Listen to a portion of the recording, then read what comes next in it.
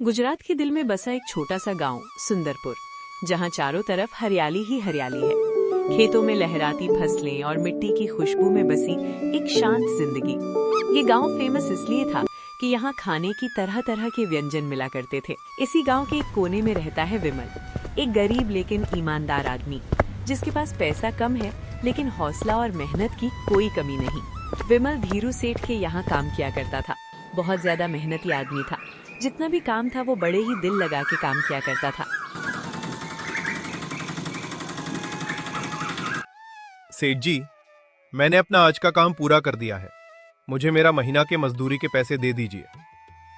एक तो काम सही समय पर करते नहीं हो, लेकिन पगार मांगने तो तुम समय से आ जाते हो। कल तुमको प्रधान के घर अनाज पहुंचने के लिए कहा था, काम भी ढंग से तुमसे नहीं हो पाया। तुम्हारा जितना भी पैसा होता है उसका आधा पैसा मिलेगा। लेकिन सेठ जी, मैं तो अपना काम सही से किया है। प्रधान के घर में भी मैंने सही से सामान पहुंचा था। मुझे तो मेरी मेहनत के पूरे पैसे मिलने चाहिए। वाह वाह, जवान ललाने को कह दो बस। ये लो पैसे और तुम कल से काम पर मत आना। मैं तुम्हें काम से निकल रहा हूँ, काम चोर कहेंगे। धीरू सेठ बाद ही लालची किस्म का आदमी था। वैसी लोगों को बातें घुमाकर उनका पैसा हजम कर लिया करता था। उसके बाद विमल उदास होकर अपने घर आ जाता है। उसके घर में उसकी एक मोनिका नाम की पत्नी भी थी। आज तो आप थके होने के साथ उदास भी लग रहे हो। बताइए क्या हुआ आपको? अरे आज सेठ जी ने मुझे महीने के आधे पैसे दिए हैं। काम तो सही से किया था, पर मुझे पैसे आधे मिले। आधे पैसे क्यों दिए? से हमारा घर का किराया, खाना पीना कैसे चलेगा? मैं जानता हूं मोनिका, लेकिन सेठ जी आधे पैसे दिए हैं और उन्होंने कहा कल से तुम्हें आने की कोई जरूरत नहीं। वो बड़े लोग हैं, आपने क्या ही कर सकता हूं। आपके मजदूरी के पैसे तो आधे मिले हैं, इससे हमारा महीना भर कैसे चलेगा? आपको अब अपना खुद का काम या कहीं और पर काम देखना होगा। मोनिका, तुम तो ठीक कह रही हो, लेकिन नया काम शुरू करने के लिए हमको पैसे चाहिए और हमारे पास बचत के नाम पर कुछ भी नहीं है। तो बस रोज के खाने पीने के लिए ही कमा पाते हैं। अगर ऐसा ही चला तो हमको तो भीख मांगना पड़ जाएगा जी। आप कुछ काम दुनिया, वरना हमारा घर कैसे चलेगा? ठीक है भाग्यवान, मैं कल ही गांव में काम ढूंढता हूं।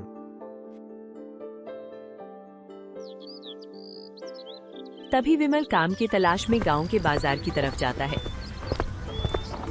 कभी उसको सरवन का काम मिलते हैं। अरे विमल बेटा, आज काम पे नहीं गए हो क्या? अरे काका, मैं वहां पर काम छोड़ दिया। सेठ बहुत काम करवाता और पैसे भी नहीं देता था और नया काम के तलाश में हूँ। अरे तो काम मिला क्या गांव में? तो कहीं जगह खाली है काम के? तुम्हें मिल ही जाएगा। नहीं काका, ये कैसा गांव है? यहाँ करने के लिए कुछ काम ही नहीं है और कहीं काम करने जाओ तो लोग दिन के 50 देते हैं। अरे इतने पैसे में तो दिन भर का राशन भी नहीं आता। अरे अगर यहाँ पर कोई काम नहीं है तो शहर जाकर काम ढूंढो ना। शहर में तो लोगों के पास बहुत काम होता है। हमारे गांव से भी तो कितने लोग शहर में काम करने के लिए गए हैं। एक तो मैं पढ़ा लिखा हूँ नहीं उतना, और वहां पर अगर 20,000 भी कमाऊं ना तो आधे से ज्यादा पैसे तो वहां किराए और खाने पीने में खर्च हो जाएंगे। वहां पर रहने के लिए कमरा भी बहुत महंगा मिलता है। अब ना तुझे आपको गांव में काम मिल रहा है और ना ही शहर जाने के लिए मान रहा है, तो फिर ऐसे कैसे काम चलेगा? तभी वहां पर एक आदमी पर्ची बांटता हुआ दिखा।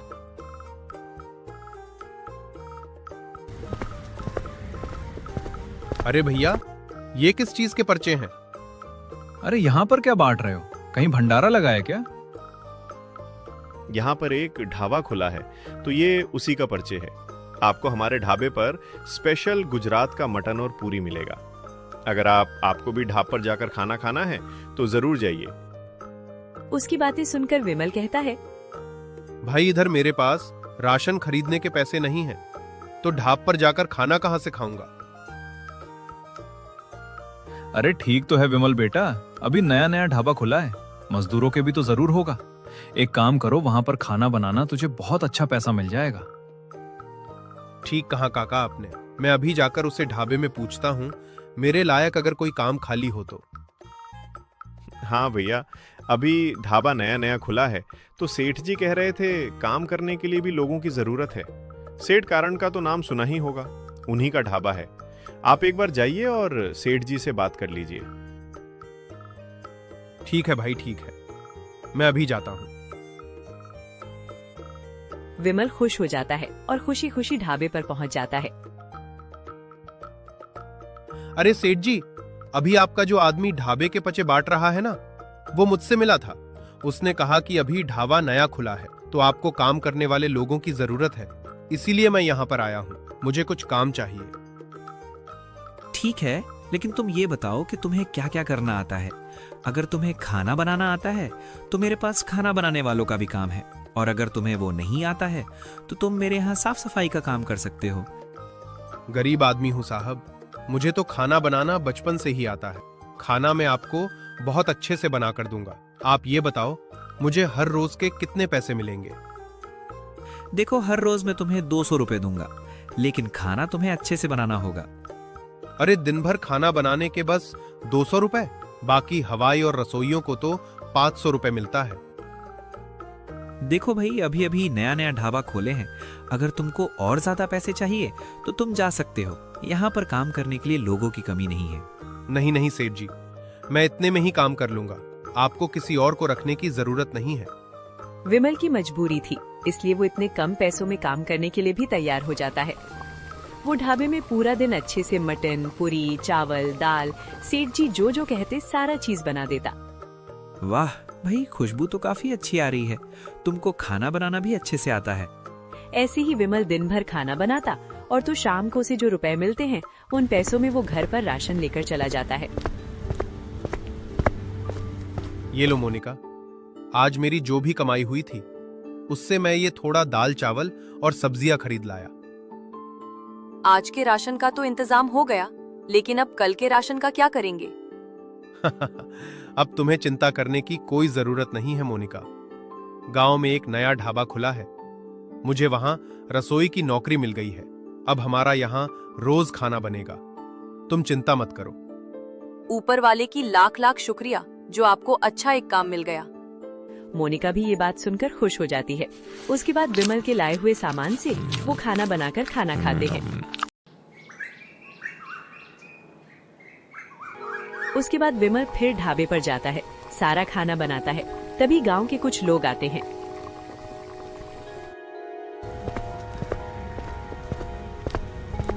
अरे, हमने सुना है नया ढाबा खुला है। लो भैया, हमारे लिए भी मटन और पूरी। हाँ भैया, सुबह का नाश्ता हो जाएगा, मटन के साथ गर्मा गर्म पूरी। बैठो ना बाबूजी, अभी देता हूँ आप लोगों को। उसके बाद उन लोगों को गर्मा गर्म पूरी और मटन दिया जाता है।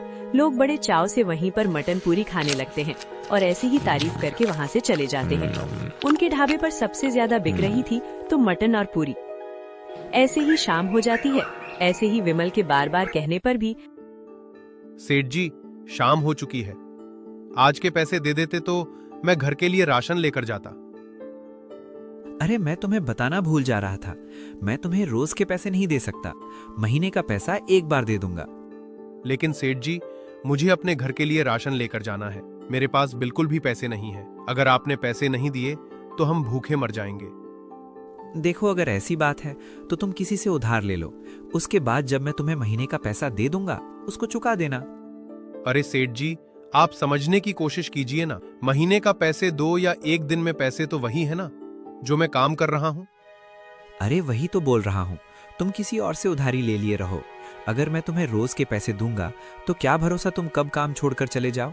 हाँ, लेकिन अगर तुम कुछ गिरवी रख सकते हो तो मैं तुमको पैसे दे सकता हूँ। अरे सेठ जी, गरीब आदमी हूँ, मेरे पास ऐसा कुछ भी नहीं है जिसको मैं आपके यहाँ गिरवी रख सकूं। वो सब मुझे नहीं पता भाई। सेठ उसकी एक बात भी नहीं सुनता है। उसके बाद मजबूरी में आकर विमल को गांव की एक जमींदार के पास जाना पड़ता है। इधर विमल जमींदार के यहाँ अपने घर को गिरवी रख देता है। देखो, मैं तुम्हें पैसे उधार दे रहा हूँ, लेकिन अगर तूने मेरे पैसे सही समय पर नहीं लौटाए तो अपना घर तुझे मेरे नाम पर करना होगा। मुझे मंजूर, बिल्कुल भी चिंता मत कीजिए। मेरी पगार मिलते ही मैं आपको आपके पैसे चुका दूंगा। विमल जमींदार से पैसे उधार पर लेता है, अपना घर राशन लेकर आता है। इस तरह 1 महीना बीत जाता है। ऐसे ही उसका ढाबा भी चल रहा था और लोग खाने भी आ रहे थे। ऐसे ही करते करते पगार मिलने का दिन आ जाता है। सेठ जी, मुझे काम करते हुए 1 महीना बीत गया। अब तो आप मुझे महीने की पगार दे दीजिए। देखो, आज मेरे पास इतने पैसे नहीं हैं। तुम कल तक इंतजार करो, मैं कल तुम्हें पैसे दे दूंगा। लेकिन सेठ जी, मुझे जमींदार जी को पैसे देने हैं। अगर आज मैंने उनके पैसे नहीं लौटाए तो वो मेरा घर हड़प लेंगे। अरे, एक दिन के लिए कोई किसी का घर थोड़ी ना हड़पता है। कुछ नहीं होगा, मैं कल तुम्हें तुम्हारे पैसे दे दूंगा। आप मेरे साथ खेल मत खेलिए सेठ जी। मैंने अपनी आंखों से देखा, आपके यहाँ मटन पूरी बहुत ज्यादा बिकती है। महीना भर से आपकी बहुत अच्छी कमाई हुई है। ये सब बातें सुनकर सेठ बहुत ही गुस्सा हो जाता है। तेरी हिम्मत कैसे हुई मुझसे इस तरह से बात करने की? जा, नहीं देता मैं तुझे तेरे पैसे। तुझे जो करना है कर ले। और अब तो मैं तुझे कभी पगार नहीं दूंगा, और ना ही तुझे अब यहाँ पर काम करने आने की जरूरत है। आप ये बिल्कुल ठीक नहीं कर रहे हैं सेठ जी। एक गरीब के साथ छल करके बहुत बड़ा पाप कमा रहे हो। ऊपर वाला देख रहा है, भगवान आपको इसकी सजा जरूर देंगे। अरे चल निकल यहाँ से। बड़ा आया है मुझे यहाँ भगवान की धमकी देने वाला। सेठ करण को धक्के मारकर वहाँ से निकाल देता है। विमल बहुत ही ज्यादा उदास होकर अपने घर की ओर जाता है। तभी थोड़ी देर बाद जमींदार का आदमी तपन विमल के घर आता है।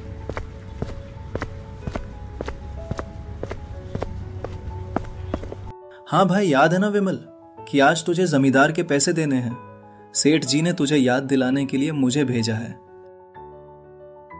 हाँ, मैं जानता हूं टपन भाई। जमींदार जी को कहना कि मैं रात तक उनके पैसे लेकर आऊंगा। ठीक है, लेकिन रात तक पैसे लेकर आ जाना, वरना तुम्हें पता है ना, तुम्हारा घर तुम्हारे हाथों से चला जाएगा। तपन उनके दरवाजे पर खड़ा ही था, तभी विमल का एक पड़ोसी गोकुल वहाँ से गुजर रहा था। उसने जैसे ही तपन को विमल के दरवाजे पर खड़ा देखा तो वो समझ गया कि पक्का कोई न कोई गड़बड़ जरूर है। अरे ये तो जमींदार का आदमी है, लेकिन ये विमल के घर पर क्या कर रहा है? तपन जैसे ही वहाँ से निकलता है तो गोकुल वहाँ पहुँच जाता है। अरे विमल, ये जमींदार का आदमी तुम्हारे घर पर क्या कर रहा था? तुमने जमींदार से कोई उधार लिया है क्या? हाँ भाई, उधार लिया तो था, लेकिन चुका नहीं पाया। उसके बाद विमल ने अपना साथ घटी पूरी घटना अपने दोस्त गोकुल को सुनाई। उसकी पूरी बात सुनकर गोकुल सुनता है। फिर गोकुल कहता है, नहीं दिए तो वो मेरा घर हथिया लेगा। मुझे तो समझ में नहीं आ रहा है कि मैं पैसे कहां से लेकर आऊं। अरे इस तरह परेशान मत हो, कोई ना कोई तो हल जरूर मिल जाएगा। लेकिन पहले ये तो बता कि तुझे जमींदार को कितने पैसे देने हैं? पैसे ज्यादा तो नहीं, लेकिन 5,000 रुपए देने हैं। मैंने महीने भर के राशन के लिए लाया था, मगर मेरे पास उतने भी नहीं हैं, और मेरी गरीबी की वजह से कोई मुझे उधार देने को भी तैयार नहीं है। अरे कोई बात नहीं विमल भाई, मेरे पास कुछ पैसे हैं, मैं तुझे पैसे दे देता हूं।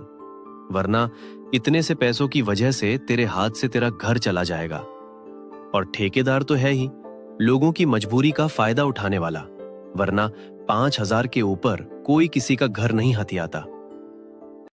उसके बाद गोकुल ने अपने घर से पैसे लेकर विमल को दे दिया। उसके बाद विमल जमींदार के यहाँ जाकर उसके सारे पैसे छुपा देता है। अरे गोकुल भाई, आपका बहुत बहुत धन्यवाद। भाई, अगर आज तूने मेरी मदद नहीं की होती तो मेरा घर मेरे हाथों से चला जाता। पता नहीं भगवान ने मुझे इतना मजबूर क्यों बनाया है। एक तो मुझे कहीं काम नहीं मिलता, ऊपर से जहां काम मिलता है वहां पर लोग ऐसे छल करते हैं। अरे देख भाई विमल, ज्यादा परेशान मत हो।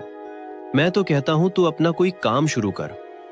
मैं तुम्हें और 3,000 रुपए दे रहा हूं। तुमने कहा था ना, तुम सेट के यहाँ मटन और पूरी बनाया करते थे ना, अब से उसी का धंधा करो। अरे दोस्त, तुम्हारा बहुत बहुत धन्यवाद, लेकिन मेरे पास ना तो ढाबा है ना ही दुकान। आखिर मैं अपना मटन पूरी कैसे लोगों को खिलाऊंगा? अरे शुरू से हर कोई अमीर नहीं होता। तुम अपने घर के बाहर ही कपड़े को गाड़ कर एक छोटा सा ढाबा जैसा आकर दे दो, वहां पर ही अपना मटन पूरी बेचा करना। धन्यवाद। तुमने बताया सेठ लोगों को सही से खाना भी नहीं दे रहा होगा, और बात भी करने का तरीका नहीं है बिल्कुल। देख लेना, सारे लोग धीरे धीरे तुम्हारे पास ही आएंगे। ये सब बातें सुनकर विमल को एक उम्मीद दिखाई देती है। उसके बाद विमल अपने घर आ जाता है और अपनी पत्नी मोनिका को सारी बात बताता है। ये तो सही है जी, हम लोग अपने घर में ही एक ढाबा खोल लेते हैं। इससे आपको इधर उधर काम करने की जरूरत भी नहीं पड़ेगी। ठीक है, मैं कल सुबह ही जाकर मटन और मसाला ले आऊंगा। घर में तो पहले से आता रखा हुआ है। उसके बाद अगले ही दिन सुबह सुबह विमल बाजार जाकर मटन लेकर आ जाता है। उसके बाद दोनों पति पत्नी मिलकर गर्मा गर्म पूरी बनाकर तलने लगते हैं। गर्मा गर्म करते हुए मटन के साथ मटन मसाला और ग्रेवी बनाते हैं, पूरी के साथ खाया जा सके। दोनों ही घर के बाहरी साफ सफाई कर कर एक ढाबा जैसा लगा लेते हैं और वहाँ लिख देते हैं 50 रुपए में मटन और पूरी। तभी खान की खुशबू से वहाँ पर कुछ लोग आते हैं। अरे वाह, आपने तो बहुत ही अच्छा छोटा सा ढाबा बनाया है। ये तो बिल्कुल एक घर की तरह लग रहा है। अरे तुमको करण सेठ क्यों वहां काम कर रहे थे ना, मैंने 1-2 बार वहां तुमको देखा है। जी हाँ, पहले वही काम कर रहा था, पर सेठ ने मुझे पैसे नहीं दिया और निकाल दिया। वो सब छोड़ो, आपको वही स्वाद यहाँ पर मिलने वाला है। ठीक है, फिर लगाओ हम दोनों के लिए एक प्लेट। विमल महफिल दोनों के लिए एक एक प्लेट मटन और पूरी लगा दिया। उसके बाद और लोग वहाँ पर खाने लगते हैं। वो भाई, तुम्हारा मटन पूरी तो बहुत ही स्वादिष्ट है, दाम भी बहुत कम है। अगली बार से तुम मटन के साथ चावल भी रखना, मुझे चावल के साथ मटन खाना अच्छा लगता है। जी, अभी हमारे पास पैसे थोड़े कम थे, इसीलिए हमने मटन और पूरी ही बनाया। अगली बार से हम चावल के साथ सैलेड और पापड़ भी देंगे। लोगों को उनके घर वाला ढाबा बहुत ही ज्यादा पसंद आ रहा था। मुंह भी उस रास्ते से जा रहा था, उनको एक ना एक बार रोक के वहाँ का मटन पूरी तो खा रहा था। तभी वहाँ पर उस रास्ते एक गाड़ी गुजरती थी और उसमें 2 लड़के होते हैं, राजेश और दीपक। अरे दीपक, गाड़ी रोकना, वहाँ पर एक ढाबा है, मैं अभी आता हूँ वहाँ से कुछ लेकर। अरे भाई, ये गांव देहात का ये छोटा मोटा ढाबा का खाना खाएगा क्या? अरे भाई, मैं भी गांव का ही हूँ, अभी बाहर शहर में काम रहा हूँ, वो अलग। उसके बाद वो आदमी जाकर उनके होटल के पास जाता है। आपके यहाँ का सबसे फेमस जो भी है वो मेरे लिए पैक कर दो। शहरी आदमी को देखकर दोनों खुश हो जाते हैं और दोनों ही उन लोगों को अपना मटन और पूरी पैक करके दे। कितना हुआ भैया? मात्र 100 रुपए। ये लो, 1000 रख लो। अगर हम शहर में खाते तो यही 200 रुपए देना पड़ता। मैं गांव का हूँ, मैं समझता हूँ। अभी आपका ढाबा नया नया ही खोले हो। हम अपने मेहनत से कमा कर खाते हैं, आपसे हम ज्यादा पैसे कैसे ले सकते हैं? अरे ले लो, ये आपके लिए ज्यादा होगा। अगर हम बड़े किसी रेस्टोरेंट में खाते तो यही 1000 खर्चा ही हो जाता। राजेश उन लोगों को 1000 देकर वहाँ से चला जाता है। ये सब देखकर दोनों पति पत्नी खुश हो जाते हैं। उनके पास लोग खाने आया करते थे। आज हमारा ढाबे का कितना अच्छा, तो आपको कहीं जाकर काम करने की भी जरूरत नहीं है। ठीक कहती हो भाग्यवान। शहरी लड़का ने जो 1000 दिए है ना, उसे पैसे से मैं राशन ले आऊंगा कल। तुम मुझे चावल, पापड़ और थोड़ा सैलेड, अगर अचार भी दे दिया करो। अगले ही दिन दरवाजे पर दस्तक होती है। गांव के एक अमीर आदमी का नौकर आया होता है। अरे राम ललवानी जी ने कहा है उनके घर मेहमान आ रहे हैं, 5 प्लेट पैक करके पहुंचा देना, पहुंचाने के पैसे भी मिलेंगे। ठीक है भैया, मैं सब गर्मा गर्म बना के ले दूंगा। विमल खुशी खुशी अपनी पत्नी को बताता है। सुनो भाग्यवान, राम ललवानी जी का नौकर आया था, एक बड़ा ऑर्डर मिला है, अच्छे से सब चीज बनाकर रेडी कर दो। ठीक है, ये सब मैं अभी रेडी कर देता हूँ और टिफिन में पैक कर देता हूँ, अब देकर आ जाना। विमल खाने को डिलीवर करने चला जाता है। तभी उसके ढाबे के पुराने मालिक की नजर उस पर पड़ती है। अरे ये तो वही विमल है, लेकिन ये इतना सारा खाना लेकर जा कहाँ रहा है? इसने किसी दूसरे ढाबे पर काम करना शुरू किया है क्या? अरे नहीं साहब, विमल ने किसी दूसरे ढाबा पर काम करना शुरू नहीं किया, बल्कि उसने तो अपने घर को ही एक ढाबा बना दिया है। सुना उसने बहुत कम दाम में और स्वादिष्ट खाना लोगों को दे रहा है। अच्छा, लेकिन मेरे ढाबे के सामने इसका ढाबा ज्यादा दिन तक टिक नहीं पाएगा, और वैसे भी इसके छोटे से घर में कितना ही बड़ा ढाबा बन पाया होगा। अरे कुछ ही लोगों के बैठते ही वहाँ तो जगह भी भर जाती होगी। ये बोलकर करण सेठ का मजाक उड़ा देता है। लेकिन कुछ समय बाद उसके ढाबे पर जाने वाले सब ग्राहक विमल के ढाबे पर जाकर खाना खाने लगते हैं, क्योंकि एक तो वो खाना स्वादिष्ट भी बनाते थे और दूसरा उनके खाने का दाम भी बहुत कम था। अरे अच्छा हुआ विमल भाई जो आपने अपना ढाबा खोल लिया, वरना वो करण सेठ वालों ने तो बहुत लूट मचा रखी है। जहां आप एक प्लेट खाना 50 रुपए में देते हो, वही खाना वो लोग 200 में देते हैं। भैया, हम अपने मुनाफे के साथ साथ लोगों का भी फायदा देखते हैं। मैं खुद एक गरीब आदमी हूँ, और गरीब की भूख समझता हूं साहब, इसलिए खाने का दाम उतना ही रखता हूं जिसमें ना तो मेरा नुकसान हो और ना ही ग्राहकों के लिए महंगा हो। वाह भाई साहब, अगर हर इंसान की सोच आपके जैसी हो जाए तो ये दुनिया बहुत सुंदर हो जाएगी। लेकिन अफसोस, हर इंसान आज के समय में केवल अपने फायदे के लिए ही सोचता है। विमल के ढाबे के अच्छे और सस्ते खाने और उनके अच्छे व्यवहार के चलते हर कोई उनके ढाबे पर जाकर ही खाना खाता था, जिस वजह से करण सेठ के ढाबे पर लोगों ने जाना ही बंद कर दिया, जिस वजह से उसका काम बिल्कुल ठप पड़ गया। अरे उस विमल के चक्कर में मेरा ढाबा बंद हो गया। मुझे कुछ भी करके उसका ढाबा बंद करवाना होगा, वरना मेरा काम दोबारा नहीं चल पाएगा। अरे मालिक, कुछ गुंडों को उसके पास भेजकर उसे धमकी दिलवा दो। अरे वो इतना डरपोक है कि डर कर ही काम बंद कर देगा। सेठ को नौकर की बात में दम लगता है और वो कुछ गुंडों को इसे देखकर विमल के पास भेज देता है। जो नया ढाबा खुला है विमल का, उसको तुमको किसी भी तरीके से बंद करवाना है। ये लो पैसे। अरे ओ शाने, चल जल्दी जल्दी हफ्ता निकाल। माफ करना साहब, लेकिन हमारे यहाँ ऐसी कोई डिश नहीं मिलती। अरे ओए, खुद को ज्यादा समझता है क्या? अरे हफ्ते का मतलब हमारा हफ्ता दे, पैसे दे हमें। हाँ, और अगर तूने हमें वो पैसे नहीं दिए तो तेरा पूरा घर तोड़ दूंगा। अरे ऐसे कैसे तुम? क्या दादागिरी है आप लोगों का? गुंडागर्दी तो हमने अब तक तुझे दिखाई ही नहीं। अच्छा चल, हमें हफ्ता मत दे, लेकिन कल से तेरा ये ढाबा खुलना नहीं चाहिए। अगर ये ढाबा खुल गया तो तेरा हम जो हाल करेंगे ना, वो तो सपने में भी नहीं सोच सकता। वो गुंडे विमल को धमकी देकर चले जाते हैं।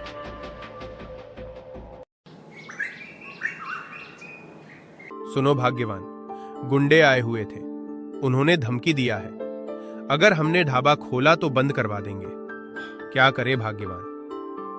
अरे कोई भी आकर हमको धमकी देगा तो क्या डर जाओगे आप? तो हम बंद कर देंगे क्या? उसके बाद मोनिका के कहने पर विमल ही मान जाते हैं और अगले दिन ही लोग अपना ढाबा खोल लेते हैं। विमल का ढाबा खुला होता है, जिसे देखकर सेठ का खून खौल उठता है। तुम लोग किस काम के नहीं हो? जब तुम एक डरपोक इंसान को भी नहीं डरा पाए, तुम्हारी चेतावनी देने के बावजूद भी उसकी हिम्मत कैसे हुई ढाबा खोलने की? ओ सेठ जी, आजकल बातों से कौन डरता है?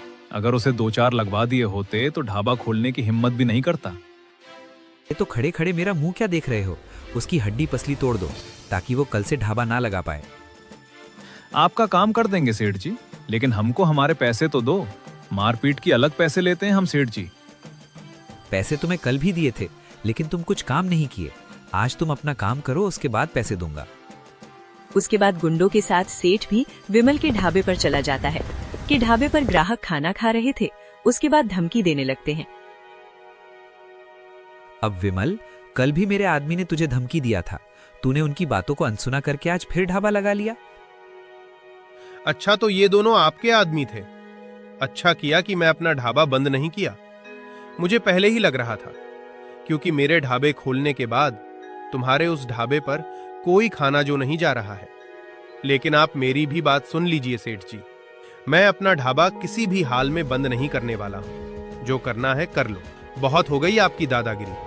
अच्छा, तू ऐसे नहीं मानेगा, तेरी खातिरदारी करना ही पड़ेगा।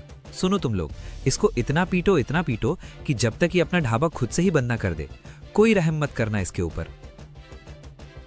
बस बहुत हो गया सेठ जी, आप बस अपनी मनमानी ही कर रहे हैं। पहले भी आप इनको महीने भर काम करवाएं, पर 1 रुपया नहीं दिए। अब जब हम लोग अपना ढाबा खोल लिए हैं, तो आप उसको ही बंद करवाने पर तुले हो। अरे क्या कर लेगी तू? नहीं डरते हम। अगर आप यहाँ से नहीं जाओगे तो मैं पुलिस कंप्लेंट कर दूंगी। उसके बाद सेठ एक नहीं सुनता है और उन लोगों को पीटने लगता है। तभी उनके ढाबे से एक आदमी खड़ा होता है और उन लोगों को पीटने लगता है।